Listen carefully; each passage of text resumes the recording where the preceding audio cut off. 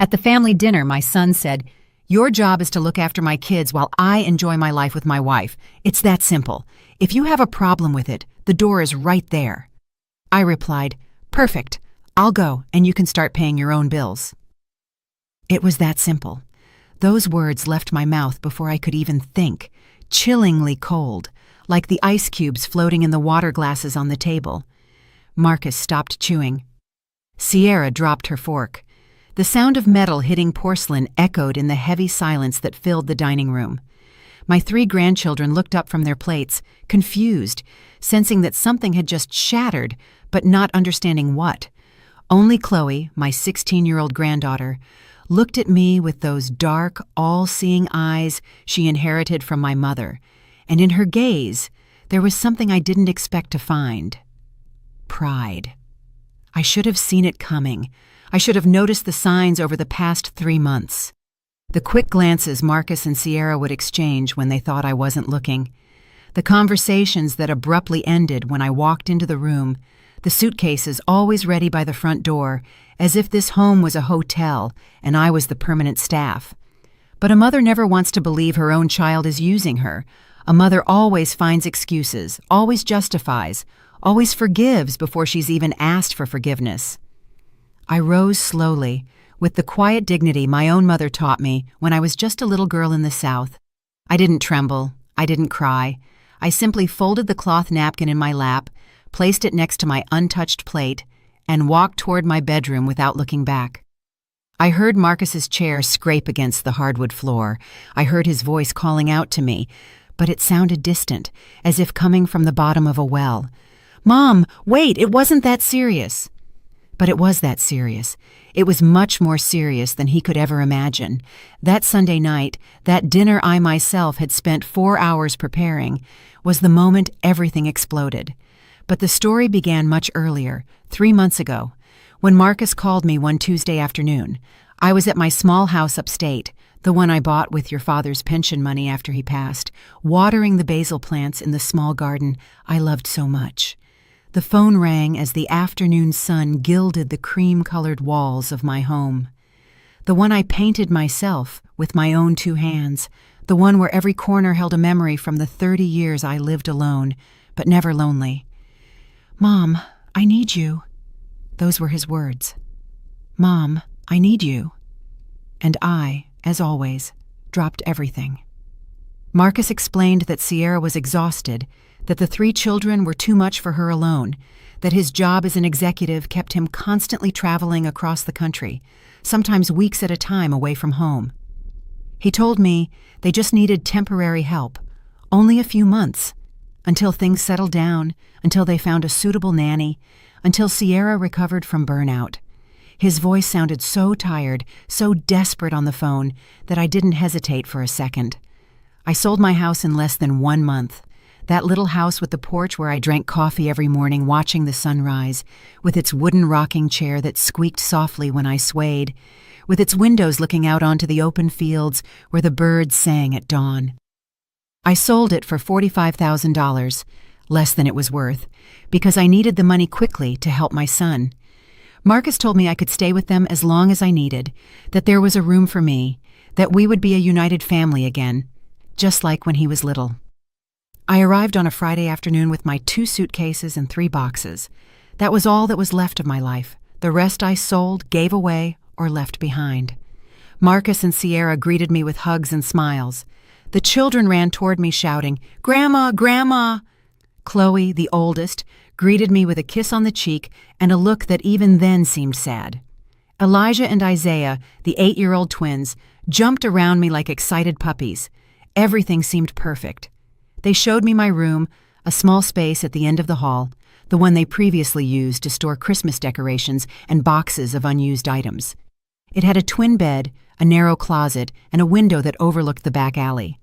The walls were stark white and empty. There was no space for my rocking chair, no space for my framed photos, no space for almost anything that made me me. But Marcus put his hand on my shoulder and said, "It's temporary, Mom, just until we get organized." And I smiled and said it was perfect, that it was all I needed. The first week was beautiful. I cooked for everyone, prepared the children's school lunches, washed the clothes, ironed Marcus's shirts. Sierra thanked me with hugs and told me, "I don't know what we'd do without you, Grace." Marcus would come home from work to find the house clean, dinner ready, the kids bathed, and their homework done. I felt useful, needed, like I was part of something important again. The second week, Marcus and Sierra announced they had to travel for work, 3 days to Chicago for an important conference. I would stay with the children. "Of course," I said. "That's what I'm here for." They left on a Wednesday morning with their elegant suitcases. Sierra in that salmon-colored dress that highlighted her slender figure. Marcus in his gray suit that made him look successful and secure.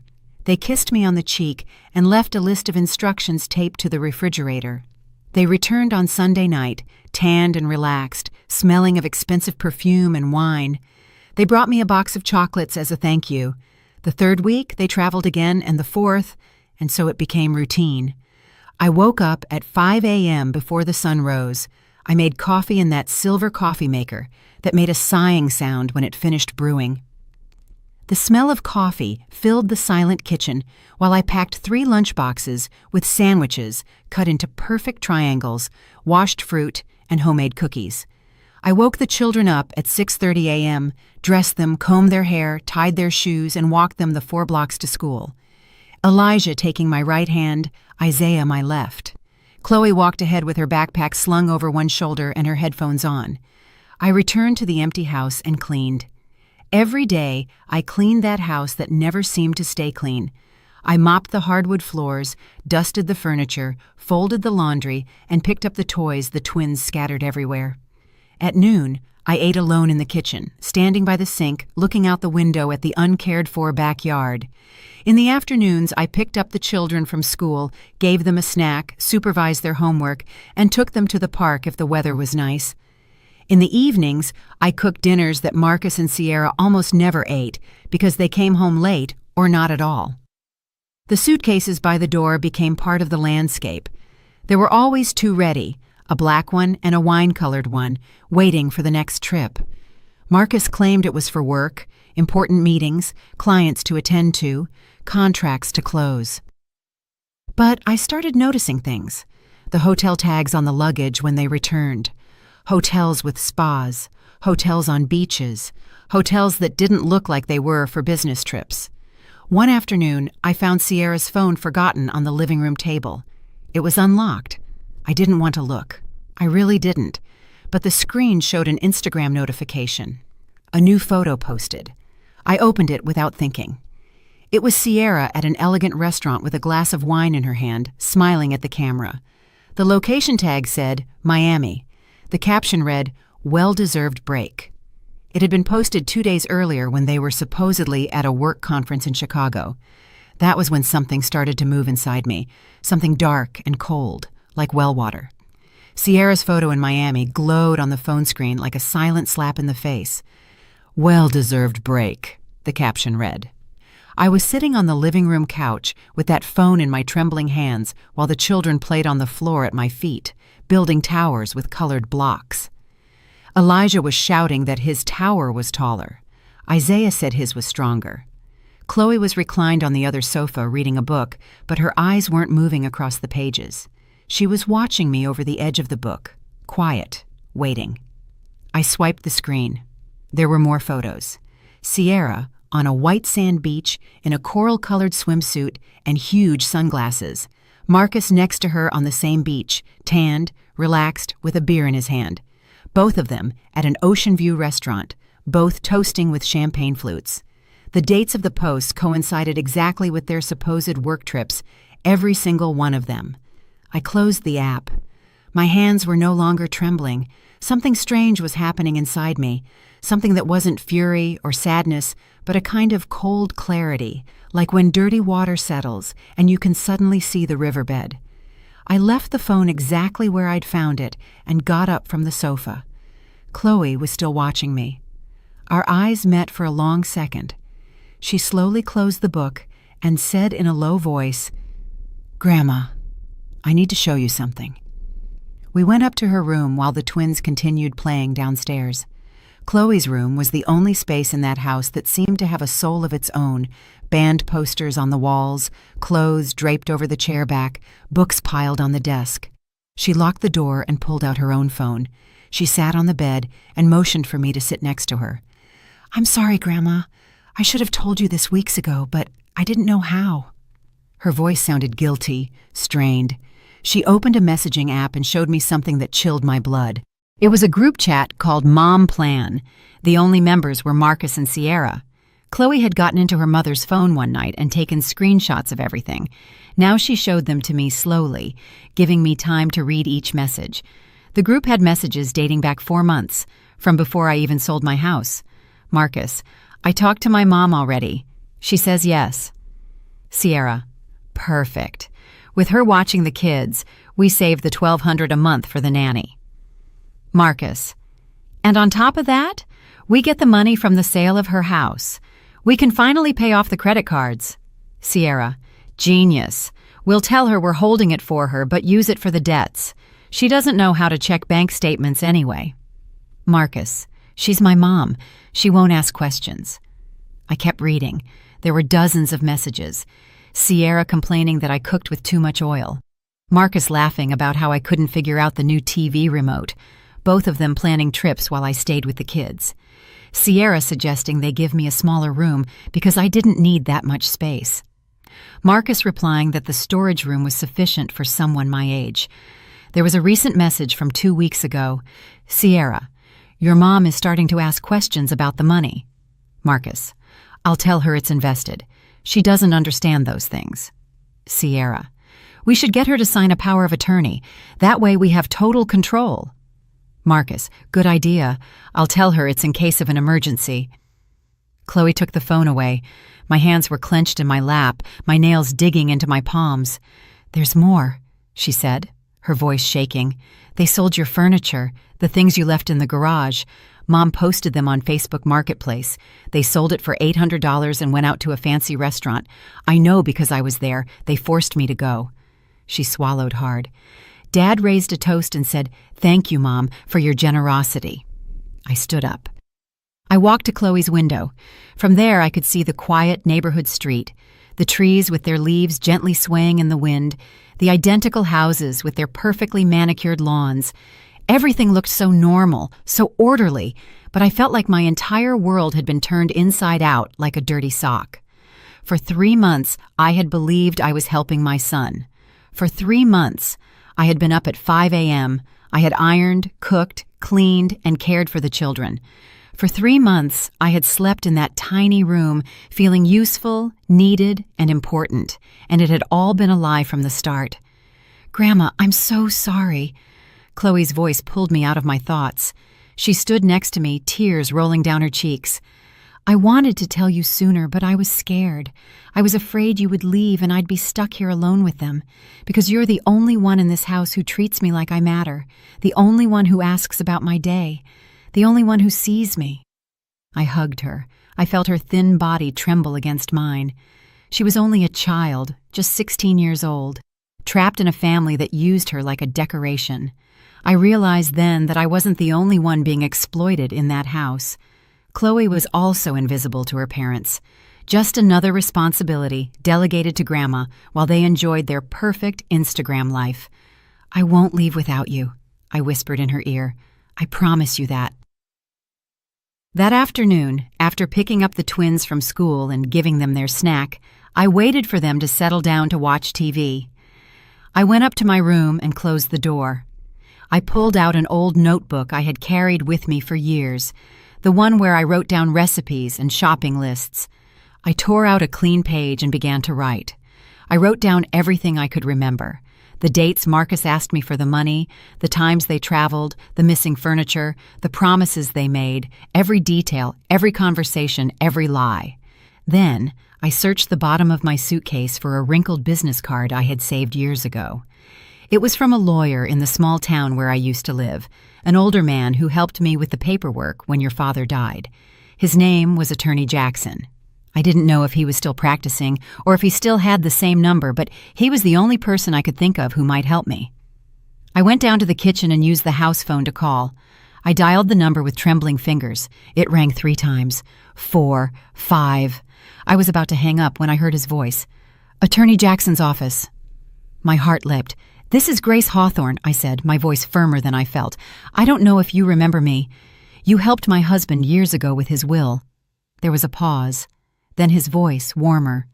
"Of course I remember you, Mrs. Hawthorne. How are you? Tell me how I can help." I told him everything. I spoke in a low voice so the children wouldn't hear me from the living room. I told him about the money, the furniture sold, the lies, the messages Chloe had shown me. He listened in silence. When I finished, there was another long silence. Then he said, "Mrs. Hawthorne, what you're describing is the financial exploitation of an elderly person. It is a crime. You have rights, you have options." He explained that I could recover my money, that I could prove Marcus used it without my consent, that the messages were evidence, and that the unauthorized sale of my furniture was theft. But he warned me that it would be a difficult, painful public process, and that my son could face serious legal consequences. He asked if I was sure I wanted to proceed. I looked around the kitchen that I cleaned every day. The clean dishes in the drainer, the mopped floor shining under the light, the grocery list on the refrigerator in my handwriting, all evidence of my invisible labor, my life turned into unpaid service. I thought of my sold home, my lost garden, my stolen mornings. I thought of Chloe crying on my shoulder. "I'm sure," I said. "Tell me what I need to do." Attorney Jackson gave me precise instructions. I needed proof of everything. The messages Chloe had shown me were a start, but we needed more. I needed bank documents proving Marcus had used my money. I needed evidence of the sale of my furniture. I needed to record conversations if possible. But above all, he told me something that branded itself into my brain like hot iron. "Mrs. Hawthorne, you cannot let them know that you know.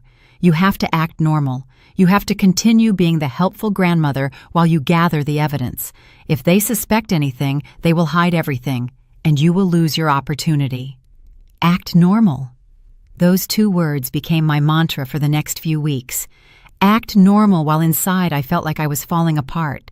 Act normal while preparing breakfast for the very people who had betrayed me. Act normal while ironing the shirts of a son who saw me as a free employee. That same night, Marcus and Sierra came home late again. They walked in laughing about something, bags from a high-end store dangling from their arms. Sierra was wearing a new lavender dress that probably cost more than I spent on groceries for the entire week. They found me in the kitchen cleaning up the dinner dishes they hadn't arrived in time to eat. "Hey, Mom," Marcus said, kissing me on the forehead as if nothing were wrong. "The kids are already asleep." "I know," I nodded. "They're in bed. Chloe's in her room." Sierra walked past me without a glance, her heels clicking against the hardwood floor, leaving a trail of sweet perfume that turned my stomach. Marcus opened the refrigerator and pulled out a beer. He leaned against the counter and looked at me with that expression I used to mistake for affection, but now recognized as condescension. "Mom, I need to talk to you about something important." My heart sped up, but I kept my hand steady, washing a plate. "Tell me, son." He took a long swig of his beer. "It's about your finances. I've been thinking you should sign a power of attorney. It's a legal document that allows me to handle your money in case you have a medical emergency or something. It's for your safety." There it was, exactly what the messages had predicted. I put the plate in the drainer and slowly dried my hands on the kitchen towel, giving myself time to control my voice. "A power of attorney," I repeated. "Yeah," he said. "It's common. A lot of elderly people do it. That way I can help you with all the bank paperwork and those complicated things. You know you're not very good with technology." "Mom, it's just to make your life easier." I looked him in the eyes, those brown eyes that were identical to mine, that once looked up at me with need when he was a baby crying in the early morning, when he was a child scared of storms, when he was a teenager with a broken heart from his first love. Now those same eyes looked at me with a barely disguised mix of impatience and manipulation. "Let me think about it," I said softly. "It's important. I want to make sure I understand it correctly." His expression changed for a fraction of a second. A flash of irritation crossed his face before he managed to smile again. "Sure, Mom, take your time. But it's nothing major. Seriously, it's just a piece of paper." He finished his beer, left the empty bottle on the counter for me to throw away, and walked out of the kitchen. I heard him go up the stairs. I heard his bedroom door close. I heard the sound of the television turning on. I stayed alone in the kitchen with my hands still damp. Marcus's empty bottle shone under the fluorescent light. I picked it up and tossed it into the recycling bin. And as I did, I realized something. I no longer felt pain. I no longer felt that pinch in my chest that comes when someone you love disappoints you. What I felt was something different, something more dangerous. I felt determination. The next morning, after taking the children to school, I returned home and went up to the main bedroom. It was the first time I had been in there since I came to live with them. Marcus and Sierra were out again, this time at what they called a midday investors meeting. I knew they were probably at a spa or a fancy restaurant, but I no longer cared. I had a job to do. I opened Marcus's closet. It was filled with expensive suits, perfectly ironed shirts, and shoes lined up like soldiers. On the top shelf were shoe boxes. I took them down one by one. Most contained exactly that, shoes. But the fifth box was holding something different. Papers, bank statements. I pulled them out with trembling hands and carried them to the bed to examine them under the light coming through the window. It was all there. My savings account was in my name, but Marcus was listed as a co-signer. The initial balance, $45,000. The withdrawals began 2 weeks after I arrived at this house. $3,000, $4,000, $2,500. Each withdrawal had a vague description: medical expenses, home repairs, family investment. But I had never had medical expenses. The house hadn't had repairs. There was no investment. The current account balance was $16,200. Marcus had spent nearly $30,000 of my money in 3 months. I took out my cell phone, the one Chloe had taught me to use better in recent weeks. I took photos of every page, every bank statement, every withdrawal, every lie documented on the bank's letterhead. My hands were no longer shaking. They were steady, like a surgeon making a precise incision. I put everything back exactly as I had found it. I closed the closet, went downstairs, made myself a cup of tea, and sat at the kitchen table to wait for them. When they returned 2 hours later, loaded with more shopping bags, they found me peeling potatoes for dinner. "Hey, Mom," they said in unison. I greeted them with a smile. That smile I had perfected over 72 years of life, the one that hid everything I needed to hide. That night, after everyone was asleep, I went down to the living room in silence. I sat on the sofa in the dark and opened my phone. I sent Attorney Jackson all the photos I had taken. He responded in minutes, despite the late hour. "This is more than enough. We are ready to proceed when you say the word. But remember, once we start, there's no turning back. Your son will face charges. There will be serious legal consequences." I looked around the dark living room. The twins' toys tidied in their basket, the family photos on the wall, all with perfect smiles and perfect lies. The suitcases by the door, always ready for the next escape. I thought of my lost home, my stolen money, my dignity trampled. I thought of Chloe upstairs in her room, probably awake too, probably wondering if I would really do something, or if I would finally give in, as everyone expected me to. I wrote my reply. "I'm ready. Tell me what's next." Attorney Jackson's response came quickly. "First, you need to find somewhere to go. You cannot stay in that house once they know what you're doing. Do you have family, friends, someone who can take you in temporarily?" That was the hard part. All my immediate family were gone. Your father passed 10 years ago, my sister 5 years ago, my parents much longer. My friends were all in the small town 300 miles away where I used to live. I couldn't just show up on their doorstep without explanation. But then I remembered something. A distant cousin, Janet, who lived in this very city. We hadn't seen each other in years, not since my sister's funeral, but she had always been kind to me. She always told me, "Call me if you ever need anything." The next day, while the children were at school, I called her. Her voice sounded surprised but warm when she heard mine. "Grace, what a surprise! How are you?" I told her I was fine, that I lived nearby now, and that I'd like to see her to catch up. We agreed to meet at a coffee shop the following day. I didn't tell her anything else over the phone. Some conversations need to be face-to-face. The coffee shop smelled of cinnamon and fresh coffee. Janet arrived 10 minutes late, apologizing, her gray hair pulled back in a bun, and her kind eyes crinkling at the corners. We sat by the window, ordered coffee, and then I told her everything, every detail, every betrayal, every lie. She listened in silence, her coffee cooling in the mug, without taking a single sip. When I finished, she reached across the table and took my hand. Her eyes were wet. "Grace, you can stay with me for as long as you need. I have a guest room. It's not big, but it's yours. And if that girl, Chloe, needs to come with you, she's welcome too. No one deserves to be treated like that, least of all you, who have given your whole life for your family." I felt something loosen in my chest, a knot that had been tight for months. I wasn't alone. I had somewhere to go. I had someone who believed in me. "Thank you, Janet," I whispered. "You don't know what this means to me." She squeezed my hand tighter. "Women have to look out for each other," she said, "especially when sons forget how to look out for the mothers who raised them." I left that coffee shop feeling something I hadn't felt in a long time: hope. The next few days were the strangest of my life. I lived in two simultaneous realities. In one, I was the usual helpful grandma, waking up before dawn, preparing breakfasts, packing lunches, cleaning bathrooms, folding laundry. In the other, I was a silent strategist, gathering evidence piece by piece, building my escape like someone secretly putting together a puzzle. No one noticed anything. Marcus and Sierra continued with their lives as if I were part of the furniture, useful but invisible. One afternoon, while cleaning Marcus's study, I found more things. A crumpled receipt in the wastebasket. It was from a high-end downtown jewelry boutique, $2,300 for a white gold bracelet. The date exactly matched one of the withdrawals from my account.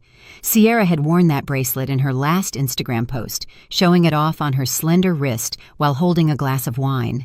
The caption read, "When your husband spoils you for no reason, he loves me so much." I took a photo of the receipt, crumpled it up exactly as it was, and put it back in the wastebasket. I kept cleaning as if nothing happened, but inside, something burned. That night at dinner, Sierra wore the bracelet. The dining room light reflected off the gold, making it sparkle. She deliberately moved her wrist as she ate, making sure everyone saw it. "It's beautiful, isn't it?" she said, looking at Marcus with bright eyes. "My husband has such good taste." Marcus smiled proudly. "Only the best for you, love." Chloe looked at me from across the table. Our eyes met for a second. She knew. I could see in her expression that I had discovered something else. She lowered her gaze to her plate and kept eating in silence, but I saw her fingers squeeze the fork harder. The next day was Saturday.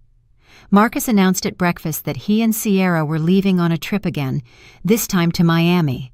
5 days for an important industry convention. "Mom, you'll take care of everything here, right?" It wasn't a question. I nodded while serving more orange juice. "Of course, son. Go, be at ease." They left Sunday morning. I watched them load their suitcases into the car. Sierra in huge sunglasses and a mint-colored dress that fluttered in the breeze. Marcus in his perfectly ironed shirt. They kissed me on the cheeks.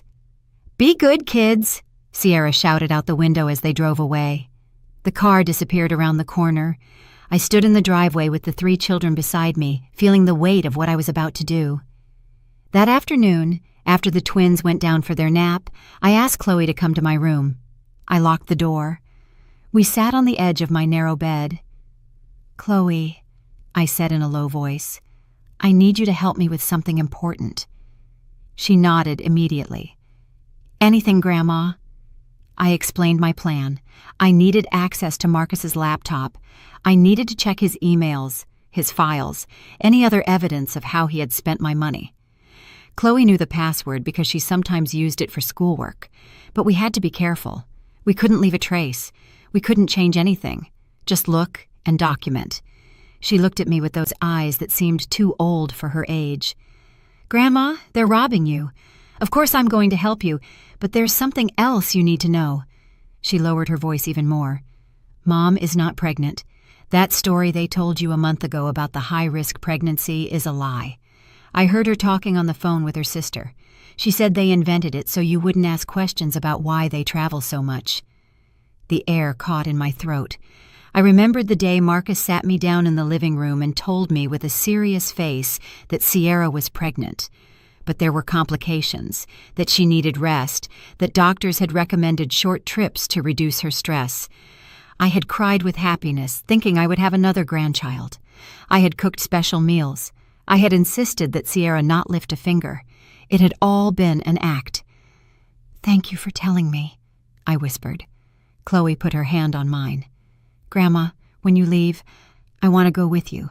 I can't keep living with them. They use me for family photos, but they don't care about me. They never have. The only reason they haven't sent me to boarding school is because it would look bad on their social media." I hugged her tight. "You're coming with me," I promised. "I swear it on everything I am." That night, after putting the twins to bed, Chloe and I sat in front of Marcus's laptop in his study. The monitor light glowed in the darkness. She entered the password. The screen lit up, showing the desktop filled with meticulously organized folders. We started checking. We found emails, dozens of emails between Marcus and a real estate agent. They were planning to sell this house. The conversation started 2 months ago. The agent said they could easily get $500,000 for the property. Marcus replied by asking about smaller houses in other neighborhoods, houses with only 3 bedrooms, with no space for me. The plan was to sell me the idea of an assisted living facility, make me believe it was for my well-being, and keep my share of the sale money. There was a folder called Mom Finances. We opened it. It contained detailed spreadsheets of every cent they had spent of my money. Trips to Miami, $4,000. Restaurants, $2,100. Clothes and accessories, $6,800. New living room furniture, $3,500. Credit card payments. Every expense was meticulously documented, as if it were something to be proud of. Chloe was taking photos with her phone while I looked at the screen, feeling the world blur at the edges. This was my son, the baby I nursed, the boy I watched over when he had pneumonia at 7 years old, without sleeping for 3 consecutive nights, the teenager I helped with his math homework, the young man I loaned money to for his first car, the man for whom I sold my home. We found a Word document titled Strategy. We opened it. It was a step-by-step plan of how to manipulate me. Step 1, convince her to sell her house and move here. Step 2, take control of her money under the pretense of helping her. Step 3, get her to sign power of attorney. Step 4, use her as a free nanny while we pay off our debts. Step 5, when the money runs out, convince her that an assisted living facility is the best option. Step 6, sell the house and move into something smaller without her. It had been planned from the beginning. Every hug, every "we need you, Mom," every "thank you for everything you do." It had all been calculated. I wasn't his mother. I was a resource to be exploited. "That's enough," Chloe said, her voice strained. She was crying too. "Grandma, we have everything. Let's go, please. Let's go now." But I shook my head. "Not yet. We need to wait for the right moment. If we leave now while they're traveling, they'll call the police. They'll say I abandoned them with the children. We need to wait until they return." Those 5 days were eternal. I cared for the twins as always. I took them to the park. I made them their favorite meals. I read them stories before bed. Elijah and Isaiah had no idea what was happening. They were innocent in all of this. And that was the part that hurt the most. I loved them. I loved their laughter, their spontaneous hugs, the way they called me Grandma in their high voices. But I couldn't save them without destroying myself. And I had finally learned that saving myself wasn't selfish. It was survival. At night, when the house was sleeping, I packed in silence. One suitcase with my clothes, another with my important documents, your father's photos, my rosary, my mother's recipe book, the few things that truly mattered. I hid them in the back of my closet, ready to leave at any moment. Attorney Jackson called me every afternoon to review the plan. He had prepared all the legal documents, a temporary restraining order against Marcus so he couldn't touch what was left of my money, a civil lawsuit for misappropriation of funds, a criminal complaint for financial abuse of an elderly person. Everything was ready. We were just waiting for my signal. On Thursday night, Marcus called me. His voice sounded relaxed, happy. "Hey, Mom, how are the kids?" I told him they were fine, that everything was quiet. "Perfect," he said. "We'll be back Saturday afternoon. Oh, and Mom, when we get back, I need us to sign that power of attorney. I already spoke to the notary. It's important we do it soon." "Of course, son," I replied with a sweet voice. "Whenever you want." I hung up the phone. I looked at the calendar on the wall. Saturday. In 2 days, my life would change forever. Friday morning dawned bright and clear. I woke up with a strange clarity. It was as if all the fear, all the doubt had evaporated overnight. I got up at 5 a.m. as always, but this time not out of obligation, but out of choice. I made coffee in the silent kitchen and sat by the window watching the sky change from black to gray to pink. It was my second to last morning in this house. Tomorrow at this time, everything would be over. I called Janet early. "Tomorrow," I simply said. "Tomorrow we're leaving." She didn't ask questions. She just said, "I'll be ready. I'll text you the address. Come when you can." Then I called Attorney Jackson. "Tomorrow afternoon," I informed him. "They get back at 4. I need the documents ready for 5. He replied with a firm voice, "They'll be ready. You just get yourself and the girl out of that house. I'll take care of the rest." I spent that day in a strange state, as if I were watching my life from the outside. I took the twins to the park and watched them swing, their laughter filling the warm afternoon air. Isaiah asked me to push him higher. Elijah wanted me to watch him do tricks on the monkey bars. I watched them, recording every moment in my memory, knowing it would probably be the last time I cared for them like this. It wasn't their fault. They were innocent, but I couldn't save them without sacrificing myself. And I had finally learned that saving myself was not selfishness, it was survival. That night I prepared a special dinner, roasted chicken with potatoes and carrots, the twins' favorite. I even made pecan pie for dessert, the one Chloe loved. The 4 of us ate at the kitchen table. The twins talked nonstop about their day at school. Chloe ate in silence, but every now and then she looked at me, and in her eyes I saw the unspoken question. "Is it really going to happen?" I nodded slightly. "Yes. Tomorrow everything changes." After putting the children to bed, I went up to my room and checked everything one last time. The suitcases were ready, hidden in the back of the closet. The important documents were in my purse.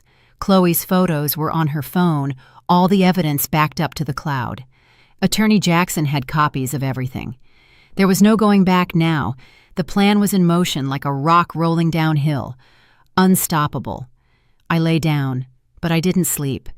I spent the night staring at the ceiling, listening to the sounds of the house, the refrigerator humming, the water heater clicking, the small creaks of the wood settling. This house had never been mine. It had never belonged to me. I had only been a temporary piece, useful while I lasted, disposable when I was spent. Saturday dawned bright and clear. I got up, showered, and dressed carefully. Comfortable pants, a simple, ivory-colored blouse, shoes I could walk in for hours if necessary. I pulled my hair back into a low bun. I looked at myself in the small mirror in my room. The woman looking back at me was not the same one who had arrived here 3 months ago. That woman had been naive, hopeful, desperate to feel needed. This woman was different. This woman had learned that sometimes love is not enough, that sometimes people disappoint you in ways you never imagined, that sometimes the only way to survive is to walk away from those who claim to love you but are actually destroying you. I made breakfast, woke the twins, fed them, bathed them, put on clean clothes, and did everything exactly as I had done every morning for 3 months. But inside, I was counting the hours. 4 p.m. That was the moment. Marcus had said they would arrive at 4. At 2 p.m., I started moving my things. I brought the suitcases downstairs when the twins were watching TV in the living room. I put them by the back door, hidden behind the curtains. Chloe came down with her own small, discreet backpack. Just the essentials, I had told her. We can get the rest later. She had packed clothes, her ID, her laptop, a few photos, nothing more. At 3:30, my phone rang. It was Janet. "I'm ready. Are you still a go?" I replied, "Yes, we leave in half an hour." Then I texted Attorney Jackson, "Proceed. I will be out in an hour." The minutes dragged. I sat in the living room with the twins, watching their cartoon show. Isaiah cuddled against my side. Elijah put his head in my lap. I stroked them gently, recording the feeling of their soft hair beneath my fingers, the small weight of their trusting bodies. "You're going to be okay," I whispered to them, though they couldn't hear me over the sound of the TV. "Your parents will take care of you. You'll grow up, and maybe someday you'll understand." At 4:10, I heard the car pull into the driveway. My heart raced, but my hands remained steady. Marcus and Sierra walked in the front door, tanned and relaxed. They carried the suitcases, bags of souvenirs, and wide smiles. "Hey!" they shouted. "We're home!" The twins ran to them, screaming, "Dad! Mom!" Marcus lifted both of them, one in each arm, laughing. Sierra saw me on the sofa. "Hey, Grace, everything okay?" Her voice was casual, disinterested. I nodded. "Everything's fine." She walked past me toward the kitchen, dragging her suitcase. Marcus put the children down and turned to me. "Mom, give me half an hour to shower and we'll sit down to sign those papers." "Yeah, the notary can come over first thing tomorrow." "Yes, son," I replied. "Take your time." They went upstairs. I heard their footsteps on the floor above. I heard the shower turn on. This was the moment. I got up from the sofa with all the calmness in the world. Chloe appeared at the living room entrance. We looked at each other. She nodded. I nodded. I went to the back door. I grabbed my suitcases. Chloe grabbed her backpack. We walked through the kitchen out to the backyard, then circled the house to the street. My old car was parked on the curb, the one Marcus had suggested I sell because I didn't need it anymore. I'm glad I never listened to him. I opened the trunk, put in the suitcases, and got into the car. Before starting the engine, I pulled a white envelope from my purse. Inside was a handwritten letter. I had drafted it the night before, choosing every word carefully. I read it one last time. "Marcus, when you read this, I will be gone. I will no longer be your unpaid employee. I will not sign any power of attorney. I will not allow you to keep robbing me. My lawyer will contact you regarding the money you spent without my authorization. I hope those trips and those jewels were worth it, because they are going to cost you much more than you paid. The children are with you, as they should be. They are your responsibility, not mine. Chloe is coming with me because she decided to. She is 16 years old and has the right to choose. Do not try to look for me. Do not try to contact me. We are done. Your mother, Grace."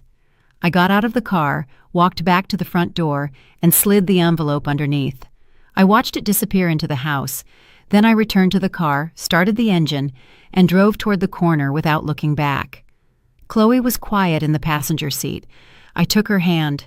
She squeezed mine hard. "It's okay to be scared," I said. "I'm scared too, but we're going to be okay together. We're going to be fine." I drove, following the GPS directions to Janet's house, 20 minutes through the city. 20 minutes that felt like hours. Every red light seemed like an eternity. I checked the rearview mirror, expecting to see Marcus's car following us, but the street behind us remained empty. We arrived at a small house in a quiet neighborhood. Peach-colored walls, a flower garden, a big tree in the front. Janet came out before we could even knock on the door. She hugged both of us without saying a word. Then she led us inside, closed the door, and said, "You are safe here. Welcome home." The guest room was simple but cozy. A double bed, a small desk, cream-colored curtains, a window with a view of a backyard full of plants. Chloe and I put down our bags. We sat on the bed. For a moment, neither of us said anything. Then my phone started ringing. Marcus's name glowed on the screen. I let it ring until it went to voicemail. It immediately rang again, and again, and again. 10 calls in 5 minutes. Chloe looked at me with wide eyes. "You're not going to answer?" It wasn't a question. I shook my head. No, there's nothing left to say to him. The messages started coming in. I read them on the screen without opening the conversations. "Mom, what does this mean? Mom, answer the phone. Mom, you can't just leave like this. Mom, this is ridiculous. Mom, come back right now. Mom, I'm going to call the police. Mom, you will regret this." Each message was more desperate than the last, but I didn't reply to any of them. At 5:30, Janet's doorbell rang. She went to open it. I heard her speaking to someone at the door. Then she returned to the room. "It's a messenger. He has documents for you." I went out to the living room. A man in uniform handed me a large envelope. "Need you to sign here, ma'am." He left. I opened the envelope. It was Attorney Jackson's documents. Temporary restraining order, civil lawsuit, criminal complaint, everything officially filed with the courts. Marcus would receive his copy at any moment. My phone rang again. This time, it was an unknown number. I answered. It was Attorney Jackson. "Mrs. Hawthorne, the documents are filed. Marcus has been notified. From this moment on, he cannot access your bank account. What is left of your money is protected. We have also filed the lawsuit to recover what he spent without authorization. And the criminal complaint is in the hands of the prosecutor. He will try to contact you. Do not respond. Any communication must be through me." "Thank you, Attorney Jackson," I said, my voice firm. "You don't know what this means to me." He replied, "Ma'am, I have seen many cases like yours, children who exploit their elderly parents, but I rarely see someone with the courage to do what you are doing. It's going to be tough. He will fight, but the law is on your side. The evidence is irrefutable." That night, Janet cooked us dinner: vegetable soup, homemade bread, and chamomile tea. We ate in her small, cozy kitchen with flowered placemats and cloth napkins. Everything was so simple, so peaceful. There was no tension in the air, no need to walk on eggshells, no suitcases waiting by the door. For the first time in 3 months, I breathed deeply and felt my lungs fill completely. After dinner, Chloe and I sat in the guest room. She pulled out her phone and showed it to me. "Grandma, Dad is texting me. Dozens of messages." I read a few. "Chloe, this is your grandma's fault. She's abandoning us. Chloe, tell her to come back, or she's going to destroy this family. Chloe, she's manipulating you. Chloe, if you don't come back, you'll regret it." Every message was a mix of barely disguised manipulation and threat. "What do you want to do?" I asked her. "Do you want to go back?" She looked at me as if I had asked her if she wanted to cut off her arm. "No, Grandma, never. I'd rather sleep on the floor than go back to that house. They never saw me. They only saw you when they needed something, and they only saw me when they needed the perfect family photo for Instagram. We aren't people to them. We're accessories." That night, lying in the same bed in the dark, Chloe told me things she had never shared. She told me how her parents mocked her when she wasn't thin enough for their standards, how Sierra would buy her clothes 2 sizes too small as motivation to lose weight, how Marcus told her she needed to try harder in school, be more popular, get better grades, better represent the family, how they both checked her social media and demanded she delete posts that didn't project the right image, and how invisible she felt until I arrived. Until someone finally asked her how her day was and genuinely listened to the answer. She cried in my arms that night, and I cried too, for her, for me, for the years we both lost trying to please people who were never going to be satisfied. Sunday dawned with rain, soft drops tapping the window, the sky gray and heavy. My phone continued to receive calls and messages. Marcus, Sierra, unknown numbers that were probably them calling from other phones. I didn't answer any, but I read them. I needed to know what they were planning. Sierra wrote, "Grace, I don't know what's wrong with you, but this is so selfish of you. You left us with 3 kids and no help. How are we supposed to work now? And you took Chloe. She has to go to school. This is kidnapping. You're going to have legal problems." I took a screenshot of that message and sent it to Attorney Jackson. He replied, Perfect. This proves they saw you as an unpaid employee, and Chloe is 16 and has rights. It's not kidnapping. Save everything they send you." In the afternoon, Marcus changed his strategy. His messages became pleading. "Mom, please, let's talk. I know I made mistakes. We can fix this. The kids miss you. Elijah asks about you. Isaiah cries at night. Don't do this to them. They love you. I love you. You're my mother. You can't abandon me like this." I read those messages and felt something twist in my stomach because part of me, that part that had been a mother for 42 years, wanted to believe him. I wanted to think that maybe he truly regretted it, that maybe we could fix this. But then I remembered the mom plan messages. I remembered the spreadsheet with every cent of my money spent on luxuries. I remembered the document called Strategy. I remembered the $2,300 bracelet glittering on Sierra's wrist. "No," I told myself out loud. "I will not fall for it again." Chloe looked up from the desk where she was doing homework. "Grandma, are you okay?" I nodded. "I'm fine. Just reminding myself who I am." On Monday, Chloe and I went to her school to arrange the change of address. The secretary looked at us distrustfully. "We need authorization from both parents for changes to information," she said in a dry tone. Chloe pulled out her ID. "I'm 16. In this state, I have the right to choose who I live with if there is just cause.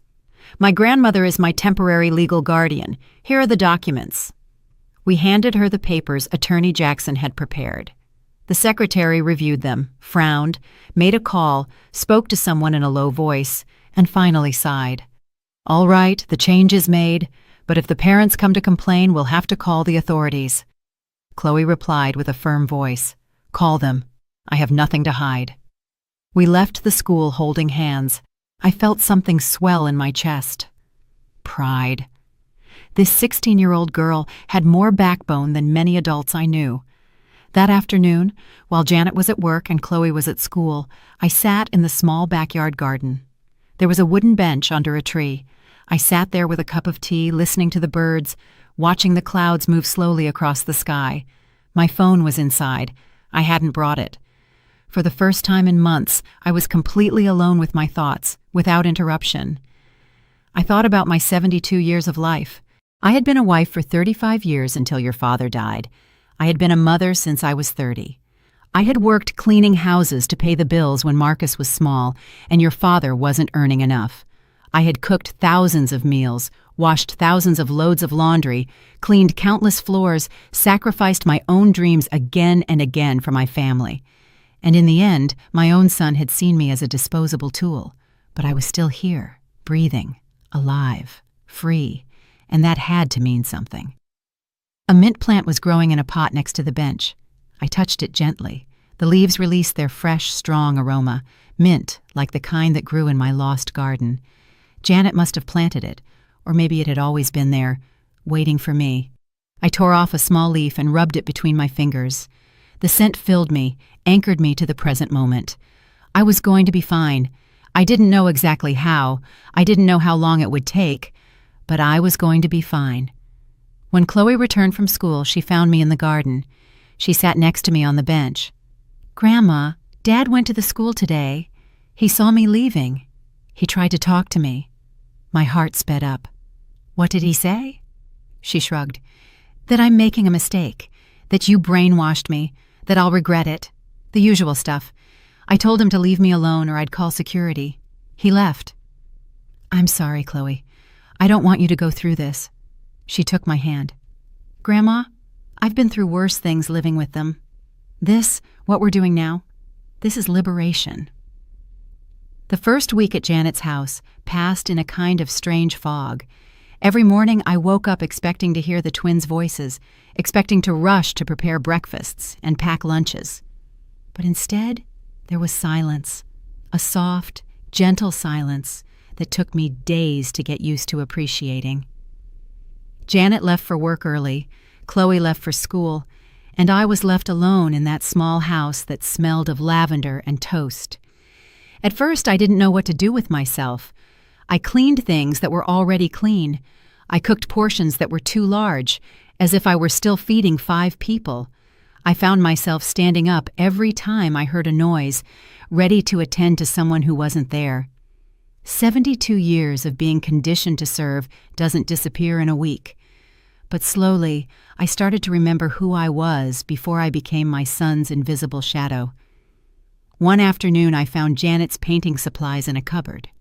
She told me, "Use them whenever you want. I haven't touched them in years." I took out the watercolors, the brushes, the thick paper. I sat in the garden and painted the first thing that came to mind: a small house with cream-colored walls, a garden with basil plants, a rocking chair on the porch, my lost home taking shape in soft colors on white paper. I cried as I painted, but it wasn't the desperate cry of the first few days. It was something different, a necessary mourning, a farewell to what had been. When I finished, I hung the painting on my bedroom wall, a reminder that lost things don't completely disappear if you keep them in your heart. Marcus's messages continued. Every day, a new strategy. First, they were pleas, then threats, then attempts to make me feel guilty. "Mom, Elijah got sick and asked for you. Mom, Isaiah is getting bad grades because he's depressed. Mom, Sierra had to quit her job because of you. Mom, we're going to lose the house if you don't help me." Each message was designed to make me give in, return, and submit again, but Attorney Jackson had warned me about this. "They call it the cycle of abuse," he explained to me over the phone. "First come the apologies and promises, then the threats, then the guilt, then they start over. It's predictable. Don't fall for it." I saved every message without responding. It was evidence, proof of the pattern of manipulation that had lasted my entire life without my recognizing it. One afternoon, 2 weeks after I left, Sierra showed up at Janet's front door. I don't know how she got the address. Maybe she followed Chloe. Maybe she hired someone to track us down. Janet called me at work. "Grace, that woman is on my porch. She says she won't leave until she talks to you. What do I do?" "Don't open the door," I told her. "I'm coming right now." I drove back, my heart pounding. When I arrived, Sierra was sitting on the front steps. She looked different without the perfect makeup and designer clothes. She wore gray sweatpants and a sweatshirt, her hair pulled back in a messy ponytail. She stood up when she saw me. "Grace, we need to talk." "We have nothing to talk about," I replied, maintaining my distance. "My lawyer told you. All communication must be through him." She took a step toward me. "Please, just listen to me for 5 minutes. Marcus doesn't know I'm here. I came alone." I looked into her eyes. There was something different there, something that resembled genuine fear. Against my better judgment, I said, "5 minutes, out here. You're not coming in the house." We sat on the front steps, separated by about 3 feet. Sierra nervously rubbed her hands together. "Grace, I know we made mistakes. I know we used you, but you don't understand the full situation. Marcus has debts, a lot of debt, over $200,000 in credit cards and loans. We were desperate. When you said you were selling your house, it seemed like a salvation. It wasn't with bad intentions. We were just trying to survive." "So my survival mattered less than yours," I said flatly. "My money, my labor, my life, all of that was expendable so you could continue living beyond your means." "That's not it," she protested. "We were going to pay you back eventually. When Marcus's situation improved, when he got the promotion they promised him, you were going to get your money back with interest." "Eventually," I repeated. "When exactly? After you spent every last penny? After you got me to sign the power of attorney? After you put me in a cheap assisted living facility? I saw the messages, Sierra. I saw the whole plan. Don't treat me like I'm stupid." She fell silent. A tear rolled down her cheek. "Grace, they're going to put Marcus in jail. The prosecutor's lawyer says he could face up to 5 years for fraud and financial abuse of an elderly person. 5 years. Our children are going to grow up without a father." She looked at me with pleading eyes. "Please, drop the charges. We'll give back what's left of the money. We'll sign whatever, but don't destroy your own son." I felt something clench in my chest, because that part of me that was a mother still existed. That part that remembered Marcus as a small, innocent child full of dreams. But then I remembered something else. I remembered his messages in the mom plan group. I remembered how he laughed when they planned to give me the smallest room. I remembered the spreadsheet where my $30,000 turned into vacations and jewels. I remembered his voice at the family dinner saying, "Your job is to look after my kids while I enjoy my life." "I am not destroying my son," I said slowly. "He destroyed himself with his choices. I am simply protecting myself, something I should have done a long time ago." Sierra stood up abruptly. "You're selfish, a bitter old woman who can't stand to see her own son happy. Marcus gave you a roof over your head. He gave you a family, and this is how you repay him? I hope you can live with yourself, knowing you destroyed your own family." I stood up too. I kept my voice calm, though I was trembling inside. "Sierra, my son stole $30,000 from me. He lied to me, he exploited me, he treated me as an unpaid employee. He planned to put me in an assisted living facility when I was no longer useful, and you were there every step of the way, supporting him, spending my money on gold bracelets. Don't talk to me about family. You two destroyed that long before I left." She opened her mouth to reply, but no words came out. She turned and walked toward her car. Before getting in, she shouted, "This isn't over. We're going to fight. We're going to get Chloe back, and you will regret this." I watched her drive away. My legs were shaking. I went into the house and collapsed onto the sofa. Janet came out of the kitchen, where she had been listening to everything. She hugged me without saying a word, and I allowed myself to cry for everything I had lost, for everything I would never have again, for the family I thought I had, but which never truly existed. That night, Attorney Jackson called me. "Mrs. Hawthorne, I have news. Marcus is trying to reach a settlement. He offers to return $24,000, everything supposedly left after paying some critical debts. In exchange, you drop the criminal charges. You can still pursue the civil lawsuit if you want, but he would avoid jail." I considered the offer. $24,000 of my original $45,000. Better than nothing. And Marcus would avoid prison. The twins wouldn't grow up visiting their father behind bars. But something in me resisted. What about the power of attorney he tried to make me sign? What about the furniture they sold? What about all those months I worked as a free nanny? Attorney Jackson sighed. "Legally, unpaid family care work is difficult to quantify in court. We can include the furniture in the civil suit. The power of attorney was never signed, so it doesn't constitute a crime, only attempted crime. If you accept the settlement, you recover most of your money and close this chapter. If you move forward with everything, you might win more eventually, but it will be a long, painful, and public process. Your son will go to prison. The decision is yours." "I need to think about it," I said. "Give me a few days." That decision haunted me all week. Chloe told me, "Grandma, don't give them anything. Make them pay for everything they did." Janet told me, "Grace, only you know what's right for you."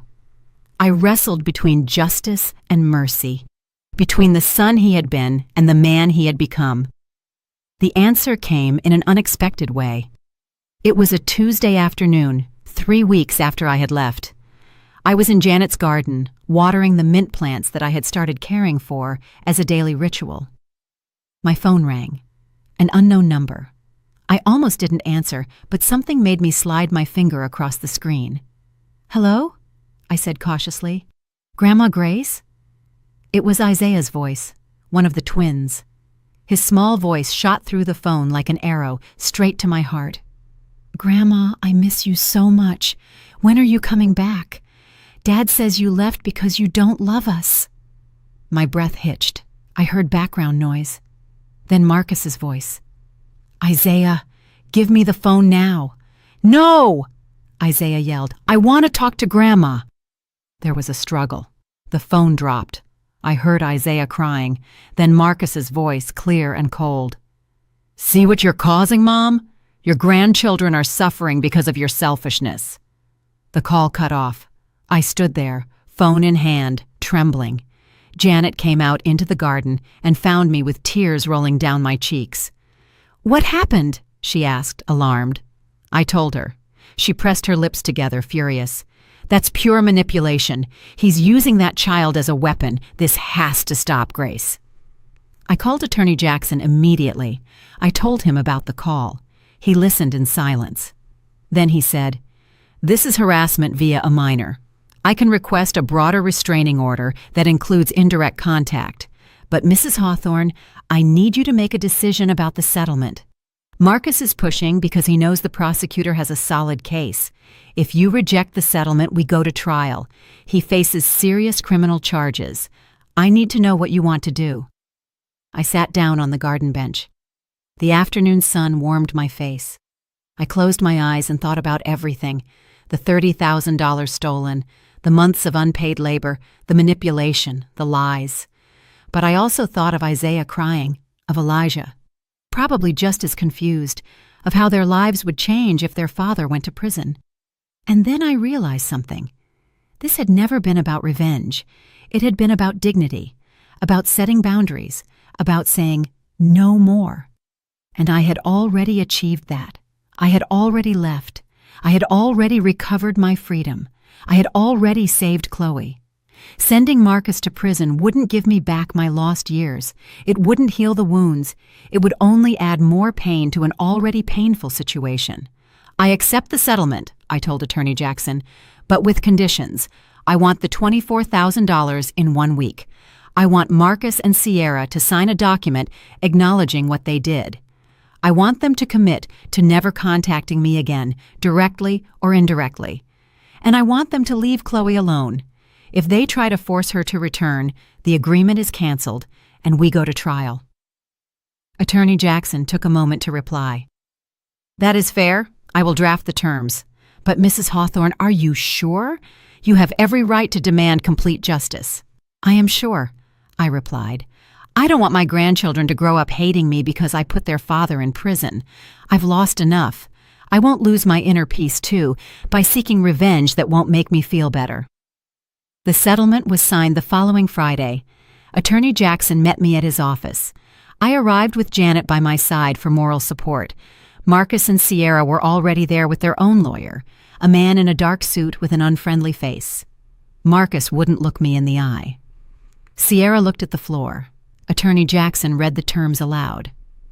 "Marcus Hawthorne and Sierra Benson acknowledge having improperly used funds belonging to Mrs. Grace Hawthorne.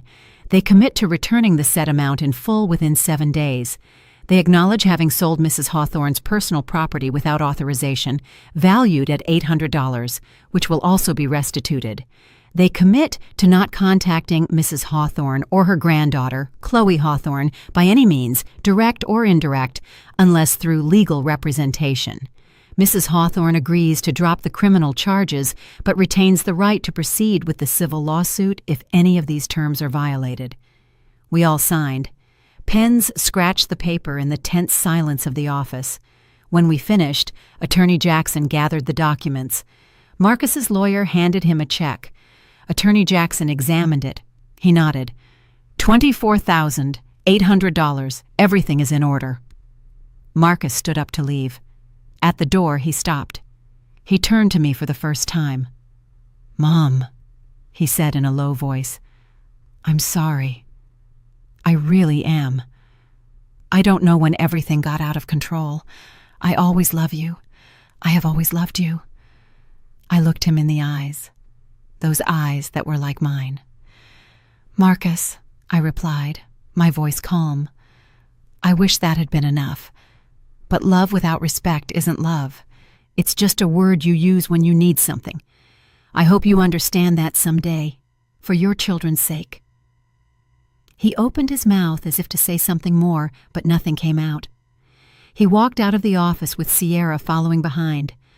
I watched them walk away through the window. I felt something close inside me. A chapter ending. A door closing softly, but definitely. That night, Chloe, Janet, and I celebrated in the small kitchen. Nothing extravagant, just homemade pasta, salad, and a bottle of cheap wine Janet pulled from her pantry. We toasted to new beginnings, to women who save each other, to the courage to say enough. With the recovered money, I started planning. I couldn't stay with Janet forever. She insisted there was no rush, that we were welcome for as long as we needed, but I needed my own space again. I needed to rebuild in a place that was mine. I found a small apartment 2 miles from Janet's house, an older but well-maintained building with 2-bedroom units for seniors. The rent was $600 a month, utilities included. It had a small kitchen with a window that faced east, perfect for the morning sun. It had a narrow balcony where I could put potted plants, and most importantly, it had 2 bedrooms, one for me, one for Chloe. I showed her the place. She walked through the empty rooms, her steps echoing on the hardwood floors. "Grandma, it's perfect," she said with a smile. "We can make it ours." We signed the lease the following week and moved in with the little we had. Janet helped us by bringing boxes of things she no longer used: plates, pots, sheets, towels.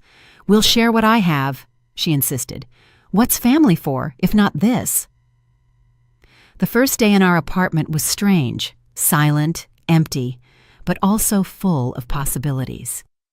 Chloe and I assembled the furniture we bought secondhand: a small kitchen table, a slightly worn but comfortable olive green sofa, 2 beds, a bookcase for Chloe's books. Little by little, the empty space filled with life. I planted mint on the balcony. 3 small pots with the plant that had become my symbol of resilience, mint that grows anywhere, that survives even when cut, that always comes back stronger, just like me. One evening, sitting on the balcony watching the sunset, Chloe asked me, "Grandma, do you think you'll ever forgive Dad?" I thought about the question. The sky was stained with orange and pink, the clouds moving slowly. "I think forgiveness is complicated," I replied. "It doesn't mean forgetting. It doesn't mean allowing it to happen again. It means releasing the poison so it doesn't make you sick inside. Someday, maybe I can forgive him, but I will never forget, and I will never allow him to hurt me again." She nodded, resting her head on my shoulder. "I admire you so much, Grandma. You're the strongest person I know." I laughed softly. "I don't feel strong, Chloe. Most days, I barely feel like I'm surviving. But surviving is already a victory, I think." The weeks passed, and the apartment felt more like home. I found a part-time job at a neighborhood flower shop. Nothing extravagant, just helping organize arrangements and tending to customers 3 days a week. They paid me $15 an hour. It wasn't much, but it was mine. Money I earned through my own effort that no one could take from me. Chloe thrived in her new life. Her grades improved, she made new friends, and she started smiling more. One night she came home excited. "Grandma, I got accepted into the school art club. We're having an exhibition next month. Do you want to come?" "Of course," I replied, hugging her. "I wouldn't miss it for anything." Marcus's messages eventually stopped. The last I heard from him was a short text message 3 months after the settlement. "Mom, just wanted you to know the kids are doing well. Elijah got good grades. Isaiah made the soccer team. Thought you'd like to know." I didn't reply, but I saved the message. 6 months after I left, my life had found a rhythm I never thought possible. I woke up when my body was ready, not when an alarm demanded I serve others. I drank my coffee on the balcony, watching the sun rise over the neighborhood buildings. The mint plants had grown lush, their green leaves shining and gently swaying in the morning breeze. Sometimes I would tear off a leaf and rub it between my fingers, letting the aroma remind me of where I came from and how far I had come. The flower shop became more than a job. The owner, a woman named Ariana in her 50s, taught me the secret language of flowers. "Roses don't just mean love," she told me as we arranged a bouquet. "Chrysanthemums speak of truth. Daisies of innocence, lilies of renewal." I listened and learned, and for the first time in decades, I felt like I was growing as a person instead of just existing for others. Chloe blossomed in ways that filled my heart. Her art exhibition was a success. She presented a series of paintings about invisible women, women who worked in the background while others shone in the front. One of the paintings was of me, though I didn't recognize it at first, an older woman standing in a kitchen, her figure almost transparent, while life around her continued without seeing her. When I asked her why she painted me that way, she said, "Because for a long time you were invisible to everyone but me. But you're not anymore, Grandma. Now everyone sees you." One Saturday afternoon, 3 months after moving in, I received an unexpected call. It was a number I didn't recognize, but something inside me knew I should answer. "Hello?" I said cautiously. "Grandma Grace?" It was Elijah's voice, the twin, more mature than the last time I heard it, but unmistakable. "Grandma, it's me, Elijah. Please don't hang up." My heart pounded. "Hello, Elijah," I replied softly. "How are you?" There was a silence, then, "I miss you. Isaiah misses you too. Dad and Mom won't let us talk about you. They say you left because you don't love us." Tears started rolling down my cheeks. "I miss you both so much," I whispered. "Every day. How are you?" "We're okay." He told me about school, about Isaiah's soccer team, about his new teacher. He spoke quickly, as if afraid someone would discover him. Then he said something that broke me. "Grandma, Dad says you hated us. That's why you left." "But I don't believe it. You never looked at us like we were a burden, not like them." "Elijah, listen closely to what I'm going to tell you," I said, my voice firm but loving. "I love you and Isaiah and even Chloe, who is with me. I love you more than words can express. I didn't leave because I didn't love you. I left because your father was hurting me in ways you can't understand yet. Sometimes the people we love hurt us, and walking away isn't abandonment. It's protection." I heard his ragged breathing. "I understand," he finally said. "Or maybe I don't understand everything, but I know you're not bad. I know Dad and Mom lie about a lot of things. I see it, Grandma. When I'm older, can I come visit you?" "Of course you can," I replied. "When you're older and you can make your own decisions, my door will always be open for you." The call lasted only 10 minutes. When he hung up, I stayed sitting on the sofa, holding the phone against my chest. Chloe came out of her room, saw me crying, and sat down next to me. "It was the twins," I told her. "Elijah called." She hugged me without saying anything. Sometimes silence is the best comfort. Autumn arrived, painting the trees in warm colors. Leaves fell like whispered confessions, covering the streets in shades of ochre and cinnamon. I turned 73 in October. Janet and Chloe threw me a small party in our apartment. Chocolate cake, candles, a slightly off-key happy birthday song. Simple but meaningful gifts. Janet gave me a hand-knitted, mustard-colored sweater. Chloe gave me a diary with a note on the first page. "So you can write your story, Grandma. The real one, the one no one can take from you." That night, alone in my room, I opened the diary. The blank page intimidated me. What story did I have to tell? But then I picked up the pen and started writing. Not from the beginning, but from the end. I wrote, "Today, I turned 73, and for the first time in decades, I am free." Then I kept writing backward, unraveling the threads of my life, finding patterns I hadn't seen before: sacrifice, silence, submission, but also resilience, resistance, rebirth. One November afternoon, while I was working at the flower shop, a young woman came in with a baby in her arms. She needed an arrangement for her grandmother's funeral. As we talked, tears escaped her. "She raised me," she told me. "My parents were too busy with their careers. My grandmother was the one who took care of me, who listened to me, who saw me, and I never thanked her enough. Now she's gone, and I can't tell her how much she meant to me." I created the most beautiful arrangement I could: white lilies for renewal, pink roses for gratitude, mint for eternal memory. When I handed it to her, I said, "She knew. Grandmothers always know. Love doesn't need constant words. It's felt in the small moments, in the glances, in the presence. She knew." The woman hugged me, crying. "Thank you," she whispered. "I needed to hear that." When she left, I stayed thinking. Maybe someday, years from now, Elijah or Isaiah would remember the breakfasts I made for them, the stories I read them, the hugs I gave them. Maybe they would remember that there was someone who loved them unconditionally, even if I couldn't stay. And maybe that would be enough. December brought cold and Christmas lights. Chloe and I decorated our apartment modestly. A wreath on the door, white lights around the window, a small tree we bought secondhand and decorated with handmade ornaments. We didn't have much, but we had enough. We had peace, we had dignity, we had each other.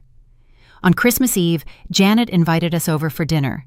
We cooked together, the three women in her small kitchen, laughing as we peeled potatoes and seasoned the turkey. The house smelled of cinnamon and rosemary. The table was set with her nice dishes. And when we sat down to eat, Janet raised her glass of cheap wine and made a toast. To the women who stand up, to the ones who leave when they need to go, to the ones who build family with those who value them, not just with those who share their blood. We clinked our glasses. The sound echoed like tiny bells, and in that moment, surrounded by these two women who had saved me just as much as I had saved them, I realized something. I had lost a lot. My house, my money, my relationship with my son, my grandchildren. But I had gained something far more valuable. I had gained myself back. That night, back in our apartment, I sat on the balcony despite the cold. The mint plants were dormant for the winter, but their roots were still alive beneath the soil, waiting for spring to grow again. Just as I had been through the darkest winter of my life. But spring would come. It always does. Chloe came out onto the balcony with a blanket, wrapped it around my shoulders, and sat down next to me. "Grandma, what are you thinking about?" I smiled. "I'm thinking that I didn't need to yell to be heard. I just needed to leave for them to understand. I'm thinking that I spent 72 years learning to be small, invisible, serviceable, and now I'm learning to be me, whole, visible, valuable." She took my hand. "You did it, Grandma. You got out. You survived." I shook my head gently. "It wasn't about winning, Chloe. It was about choosing myself. Finally, after a lifetime, I chose myself, and that, my child, was the greatest victory of all." The night sky was full of stars. The city glowed softly around us. Somewhere in that city was Marcus with his children, probably telling them the story where I was the villain. But I no longer carried that narrative. I had written my own. And in my story, I was neither the villain nor the victim. I was the heroine who saved herself. Chloe rested her head on my shoulder. We stayed there, in silence, watching the city lights blink like small promises. The future stretched out before us, uncertain but full of possibilities. And for the first time in a long time, that future didn't scare me, because I had learned the most important lesson: that you can love someone and still walk away, that you can forgive without forgetting, that you can start over at any age. The mint on the balcony was waiting for spring. I was too. But I was no longer waiting to serve others. I was waiting to bloom for myself. And when that spring came, when the plants grew again and the world filled with green once more, I would be here. Free. Whole. Finally home in my own life. I never went back to that house where I was invisible. I never answered when they called to ask for something again. I closed that door gently but firmly, and on the other side, I built something new, something mine, something no one could ever take from me again. They never touched my name without my permission again, and I never made myself small to fit into the spaces others designed for me. This was my life now, and it was enough. It was more than enough. Did you like my story? If you listened till the end, drop a number 1 in the comments. If you enjoyed it, you can support me by liking the video and sending a small tip. I've got lots of other life stories like this on my channel, so make sure to subscribe and check them out. I've added 2 new stories on screen that everyone loves. Thanks for being here. See you in the next one, with love.